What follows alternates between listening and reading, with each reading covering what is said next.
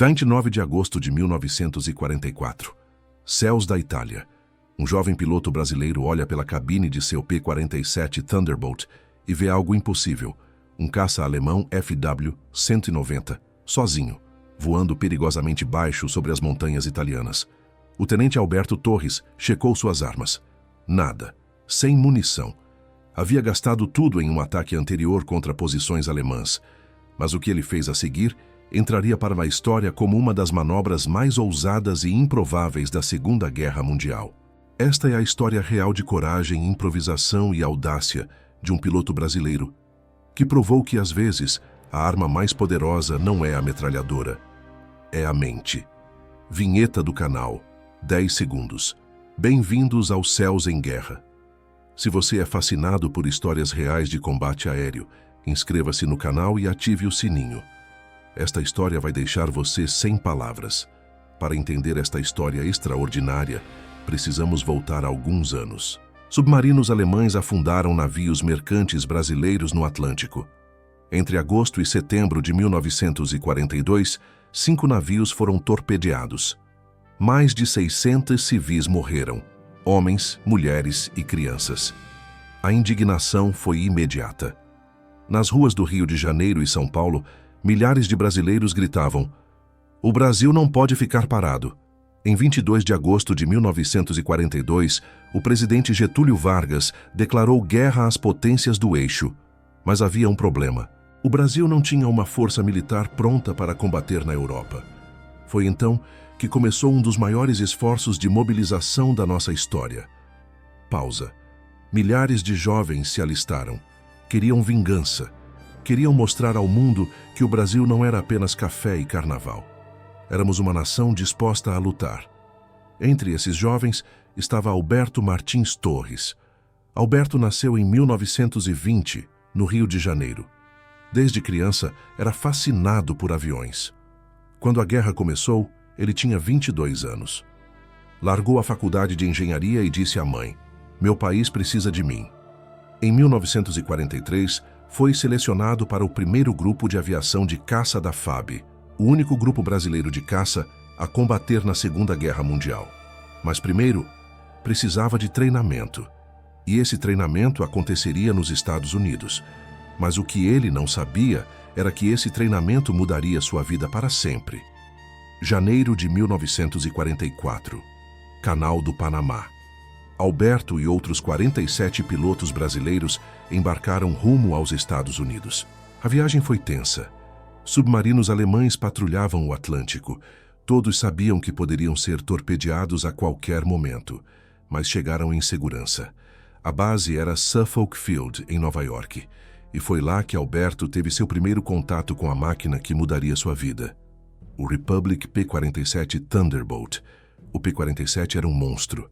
7 toneladas de metal, um motor de 2.000 cavalos de potência, 8 metralhadoras calibre .50 e uma reputação de ser indestrutível. Os americanos chamavam de JUG, a abreviação de Juggernaut, algo imparável. Mas para Alberto, aquilo era intimidador. "É enorme", disse ao ver o avião pela primeira vez. "Como vou fazer essa coisa voar?" Os instrutores americanos eram duros. "Vocês vão lutar contra os melhores pilotos da Luftwaffe", disseram. "Vocês precisam ser melhores, ou vão morrer." O treinamento era brutal, 6 dias por semana, 12 horas por dia. Voos de formação, tiro ao alvo, combate simulado, navegação noturna. Muitos não suportaram. Alguns desistiram, outros foram reprovados. Mas Alberto era diferente. Tinha reflexos rápidos, frieza sob pressão e uma criatividade natural para resolver problemas. Em um exercício de combate, Alberto enfrentou um instrutor americano veterano. O instrutor estava confiante. Já havia abatido dezenas de cadetes brasileiros. Mas Alberto não lutou como esperado. Fingiu um erro, desacelerou propositalmente e, quando o americano tentou aproveitar, executou uma tesoura defensiva perfeita. Funcionou. Alberto ficou atrás do instrutor. "Abatido", disse pelo rádio. O instrutor pousou, tirou o capacete e disse: "Kid, you're gonna survive this war." "Garoto, você vai sobreviver a esta guerra." E ele estava certo. Mas antes disso, Alberto enfrentaria algo que nenhum treinamento poderia prepará-lo. Outubro de 1944. Itália. Alberto e o primeiro grupo de caça finalmente chegaram ao fronte europeu. Foram baseados em Tarquínia, uma pequena cidade a cerca de 80 quilômetros ao norte de Roma. A guerra na Itália era brutal. Os alemães haviam se entrincheirado na linha gótica, uma série de fortificações nas montanhas do norte. Era um pesadelo. Cada metro conquistado custava sangue. O trabalho do primeiro grupo de caça era claro: apoio aéreo, atacar posições alemãs, destruir comboios, proteger tropas terrestres. Não era glamuroso. Era mergulhar sob fogo antiaéreo intenso, disparar contra caminhões e pontes e torcer para voltar vivo. Os alemães sabiam que os aviões aliados eram sua maior ameaça. Cada vale tinha canhões antiaéreos, os temidos Flak. Você via pequenas nuvens pretas explodindo ao seu redor, Alberto lembrou. Cada nuvem eram fragmentos de metal voando a milhares de quilômetros por hora. Se um te atingisse no lugar errado, era o fim. Nas primeiras semanas, o primeiro grupo perdeu 3 pilotos, 3 amigos, 3 brasileiros que nunca voltariam. Alberto voou missão após missão. Atacou comboios, destruiu pontes, metralhou posições inimigas. Seu P-47 voltava crivado de buracos de bala, mas ele sempre voltava. E então veio aquele dia, 29 de agosto de 1944, o dia em que tudo mudaria. A missão começou como qualquer outra. Alberto decolou às 14h30 com outros 3 P-47. O objetivo, atacar posições alemãs perto de Florença. O voo até o alvo foi tranquilo, mas quando chegaram, o inferno começou. Flak por todos os lados. Os alemães estavam esperando. Alberto mergulhou seu P-47, disparou suas 8 metralhadoras contra um comboio de caminhões. Viu os traçantes perfurarem os veículos. Explosões, fumaça, destruição. Mas então, o pior aconteceu. Winchester disse pelo rádio, sem munição. Havia usado tudo, cada bala, cada traçante. Suas metralhadoras estavam completamente vazias. Voltando para a base, disse ao líder da formação. Alberto virou seu P-47 para sul, rumo a Tarquínia. Voava sozinho agora. O vento cortava a cabine. O motor ronroneava em ritmo constante. A adrenalina ainda pulsava em suas veias. E foi então que ele viu um ponto no céu, baixo, muito baixo. Um avião voando entre os vales das montanhas. Alberto desceu para investigar, e seu coração disparou. Era um Focke-Wulf FV-190, um caça alemão, um dos melhores da Luftwaffe. O FV-190 era uma máquina letal, rápida, ágil, com 4 metralhadoras e 2 canhões. Nas mãos de um piloto experiente, era mortal. E este estava sozinho, vulnerável. Mas Alberto não tinha munição, nenhuma bala, nada. Qualquer piloto normal teria voltado para a base, mas Alberto não era normal. E o que ele fez a seguir desafiaria toda a lógica militar. Ele não sabe que estou sem munição, pensou Alberto. E então teve uma ideia louca, impossível, suicida. Alberto empurrou o manche para frente e mergulhou em direção ao FW-190. O vento uivava contra a fuselagem. O motor do P-47 rugiu mais alto. A velocidade aumentava. 400 km por hora. O piloto alemão o viu imediatamente e fez o que qualquer piloto faria. Virou bruscamente para tentar escapar. Mas Alberto não disparou, apenas seguiu. O alemão virou à esquerda. Alberto seguiu. Virou à direita. Alberto colou atrás. Mergulhou. Alberto mergulhou junto. A distância entre eles, 50 metros. Perigosamente perto. O coração de Alberto batia forte. Suas mãos apertavam o manche. Suor escorria por baixo do capacete de couro. Ele está pensando que a qualquer segundo eu vou disparar. Alberto percebeu. Ele está entrando em pânico. E estava. O piloto alemão começou a fazer manobras cada vez mais desesperadas. Curvas violentas que desafiavam os limites da estrutura do avião. Mergulhos íngremes. Subidas abruptas. tentando qualquer coisa para desgrudar o P-47 de sua cauda. Mas Alberto era bom, muito bom.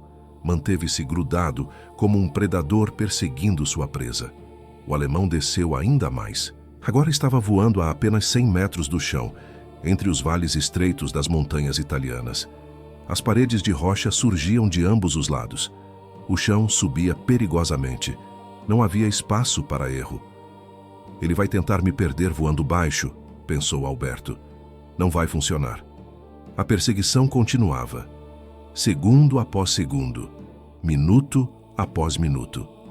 O FW-190 cortava o ar como uma lâmina, serpenteando entre as montanhas.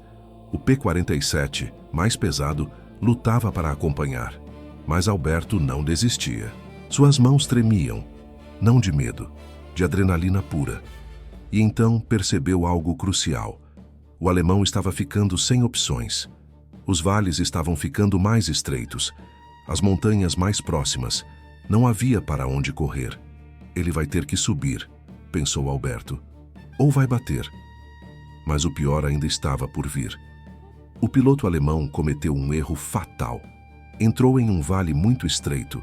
As paredes de rocha de ambos os lados não deixavam espaço para manobrar. Era um beco sem saída natural. Alberto viu o que ia acontecer antes mesmo de acontecer. Ele não vai conseguir sair, sussurrou para si mesmo. O alemão percebeu tarde demais, tentou puxar o manche para subir, mas estava rápido demais, baixo demais. O F-190 respondia, mas não havia tempo. O que aconteceu a seguir pareceu em câmera lenta. A asa esquerda do FW-190 tocou o chão. Por uma fração de segundo, nada aconteceu. Apenas um arranhão de metal contra a pedra. Mas então, o avião girou violentamente. O nariz mergulhou no solo. A velocidade transformou tudo em destruição instantânea. Uma bola de fogo explodiu. Laranja, vermelha, preta. Destroços de metal voaram em todas as direções. Pedaços da asa, do motor, da fuselagem. Alberto puxou seu P-47 para cima com força, passou sobre a explosão e continuou voando. O calor da explosão aqueceu a cabine por um breve instante. Silêncio no rádio. Silêncio na cabine. Apenas o ronco constante do motor Pratt & Whitney. Alberto respirou fundo. Suas mãos ainda tremiam. Meu Deus, sussurrou. Eu derrubei um avião alemão, sem disparar um único tiro. Ele não sabia se devia rir ou chorar. Quando Alberto pousou em Tarquínia, estava tremendo, não de medo, de adrenalina. Desligou o motor do P-47, desceu da cabine. Os mecânicos correram até ele. Tenente, o que aconteceu? Ouvimos você relatar uma derrubada no rádio. Alberto contou a história, e no começo, ninguém acreditou. Você derrubou um 190 sem munição? Sim. Como? Eu apenas fiquei atrás dele. Ele entrou em pânico, voou baixo demais, bateu. Os outros pilotos ficaram céticos, mas o comandante pediu uma investigação. Enviou uma patrulha terrestre ao vale, onde Alberto disse que o FW-190 havia caído, e encontraram os destroços, a cauda com a suástica, pedaços do motor e, tristemente, o corpo do piloto alemão. Era real. Alberto havia de fato forçado um caça inimigo a cair sem disparar uma única bala. A notícia se espalhou rapidamente. Primeiro no primeiro grupo de caça, depois para outras unidades aliadas, e eventualmente chegou aos jornais no Brasil. Piloto brasileiro derruba alemão sem munição, dizia a manchete. Alberto se tornou uma lenda instantânea. Não porque havia matado um inimigo. Guerra é sobre sobrevivência, não glória. Mas porque havia provado algo fundamental sobre combate aéreo. Não é sempre sobre ter as melhores armas. Às vezes, é sobre ter o melhor cérebro. Alberto continuou voando pelo resto da guerra. Completou mais 44 missões de combate. Atacou comboios, pontes, fortificações. Voltou para casa em 1945 como um herói condecorado. Mas aquele dia, 29 de agosto de 1944, permaneceu com ele pelo resto da vida. As pessoas me perguntam se sinto orgulho daquela derrubada. Ele disse décadas depois. E eu digo sinto, mas também sinto tristeza. Aquele piloto alemão, ele tinha família, talvez filhos, talvez pais esperando por ele. A guerra faz isso, transforma homens em alvos. Mas naquele momento era ele ou eu, e eu escolhi viver. A história de Alberto Torres ilustra algo profundo sobre combate aéreo e sobre guerra. Você pode ter a melhor tecnologia, as melhores armas, o melhor treinamento, mas no final, o que importa é a mente. A capacidade de pensar sob pressão extrema, de improvisar, de usar a psicologia contra seu adversário. Alberto entendeu que o piloto alemão não sabia que ele estava sem munição. E explorou isso. Transformou a ignorância do inimigo em sua arma mais poderosa. Essa é uma lição que vai além da guerra. Na vida, nem sempre temos as ferramentas que gostaríamos. Nem sempre estamos preparados da forma ideal. Mas podemos usar nossa mente, podemos ser criativos, podemos transformar fraquezas aparentes em vantagens ocultas. Alberto Martins Torres faleceu em 1998, aos 78 anos. Mas sua história vive, é ensinada na Academia da Força Aérea Brasileira como exemplo de táticas não convencionais. É lembrada por veteranos como prova de que brasileiros podem, sim, competir com os melhores do mundo. E nos lembra de algo fundamental. Às vezes, a arma mais poderosa que você tem é a que o inimigo não pode ver. Sua mente. Pausa. Histórias como essa quase nunca são contadas. Se você quer que elas continuem vivas, deixe seu like, inscreva-se no canal e ative o sininho. Cada inscrição garante que mais histórias incríveis cheguem até você. E me conta nos comentários. Você já conhecia essa história? Qual foi a parte que mais te impressionou? Até o próximo voo. E lembre-se, nos céus em guerra, cada segundo pode decidir tudo.